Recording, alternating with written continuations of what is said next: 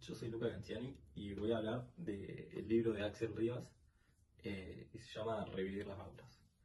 Este libro básicamente nos habla del sistema educativo en el mundo y en Argentina, ya que hoy en día podemos ver específicamente en este país una situación muy mala en cuanto a la educación, en donde vemos niños que le preguntas qué le gusta hacer y te dicen que le gusta dormir, que no le gusta hacer nada.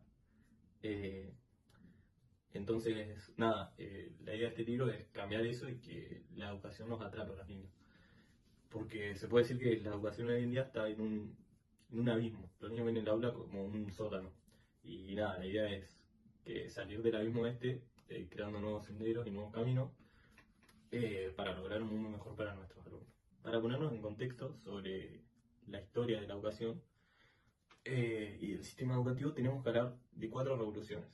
La primera fue en el siglo XVI y XVII, que se la denominó como la revolución religiosa, porque la escuela aparece durante la guerra que tenían las religiones en ese momento como, como un arma, se puede decir, y consistía en que los niños se alfabeticen y sepan leer para poder leer la Biblia y interiorizarla. La segunda revolución fue la estatal, y se veía básicamente como que las escuelas eran una fábrica, donde los niños iban a adquirir conocimientos y, y nada, no les daba lugar a la imaginación, a la creatividad, era básicamente un adoctrinamiento.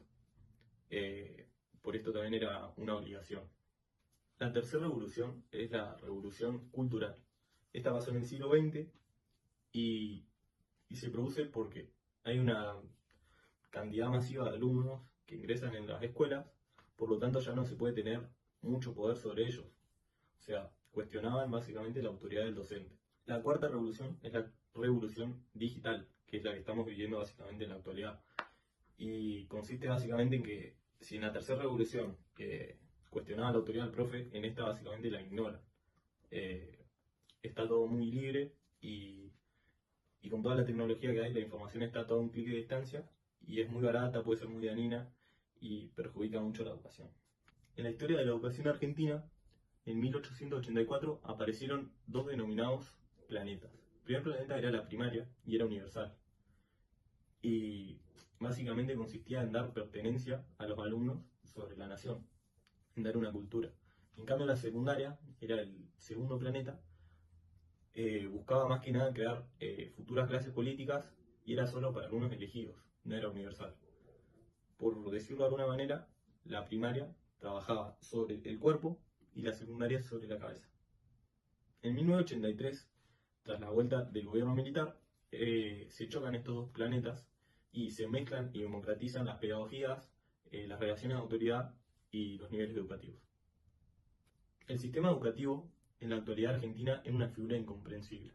Se ha devaluado mucho, y nada, por eso vamos a buscar los factores o parte de estos que provocaron esta caída, por decirlo de una manera. Primera causa, cada provincia es un mundo distinto y hay que investigar su economía, su cultura, etc. Segunda causa, la reforma que se aplicó en los años 90 trajo mucha incertidumbre y no era buena, pero todas las provincias la aplicaban igualmente para así recibir los fondos de nación. Tercer causa, aparece el CBC. Tenía muy buenos contenidos, pero eran muy complicados de aplicar. Y esto generó mucha variedad de métodos a la hora de enseñarlos y contenidos. Quinta causa, la revolución cultural trajo muchos cambios en las formas tradicionales de las escuelas. Esta causa, y la más importante a mi parecer, la crisis del 2001, que trajo más pobreza, más robos, más villas, más desempleos. Por lo tanto, en ese momento el único lugar al público, digamos, era la escuela. Entonces la gente marginaba todo su odio sobre ellas, eh, y el sistema educativo se hizo a un lado, dejando todo el peso a los profesores. Axel Rivas se preguntaba cómo mejorar el sistema educativo en la Argentina. Por esto, eh, quiso tomar un ejemplo sobre los países en los que está muy bien estructurado el sistema.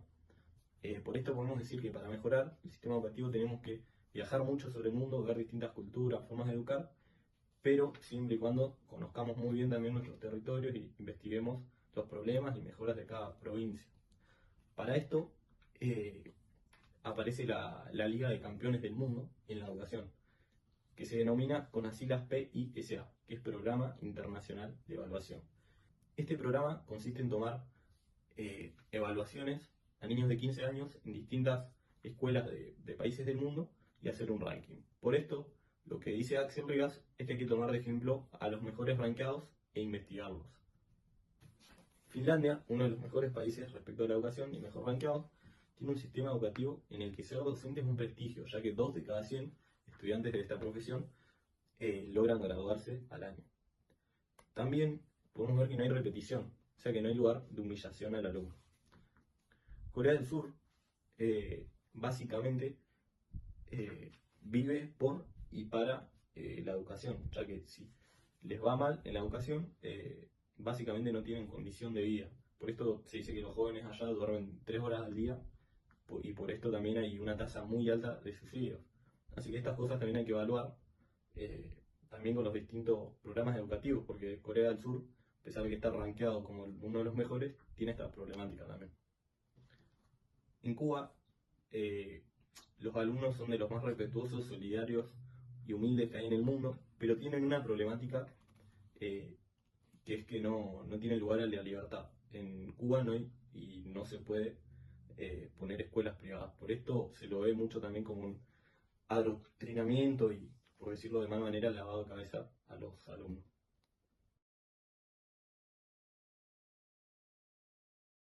Hola, soy Camila Berzaín, soy la compañera de Luca Canciani.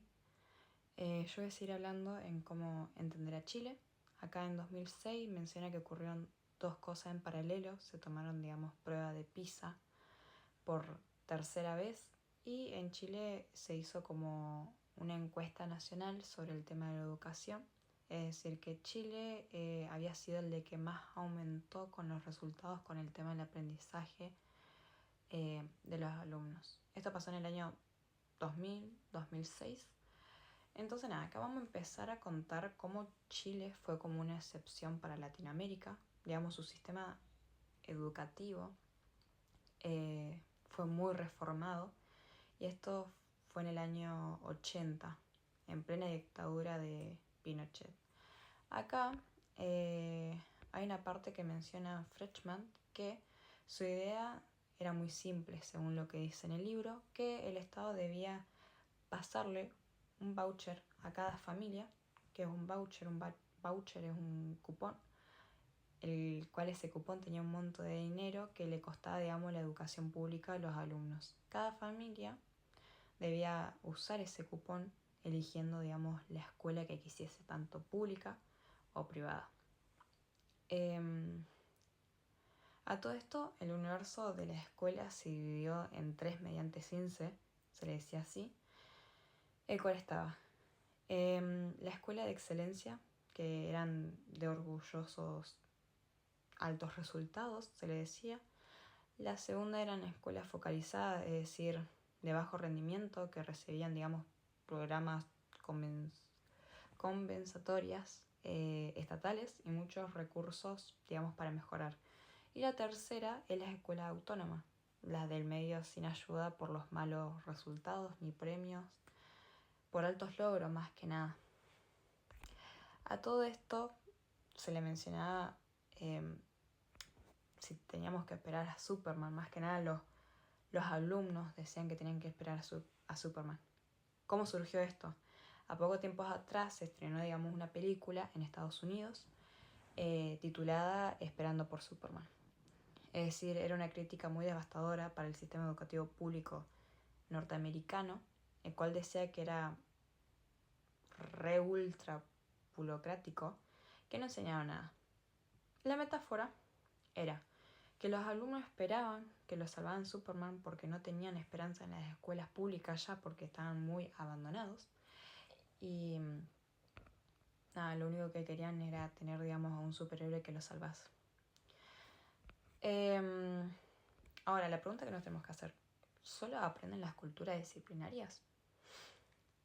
Acá en el libro, que dice que si miramos más allá de lo de Superman y nos desesperamos un intento de mercantilización, podemos seguir una teoría, por así decirlo, ¿no?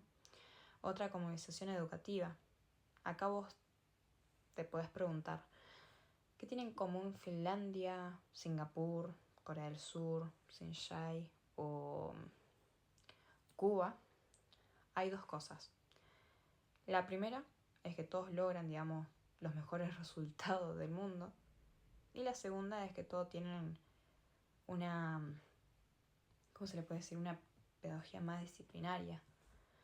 Además de que la educación sea centralizada y estatal, estos países, digamos, comparten unos ciertos elementos de la cultura pedagógica disciplinaria.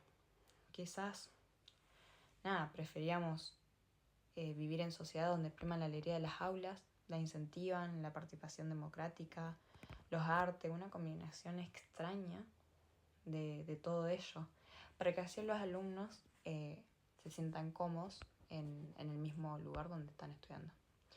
PISA no es solo una parte del territorio educativo, es decir, es fundamental, pero a veces nos hace olvidar, digamos, lo que son las complejas tareas de educar a una persona y a lo que es en sí la sociedad.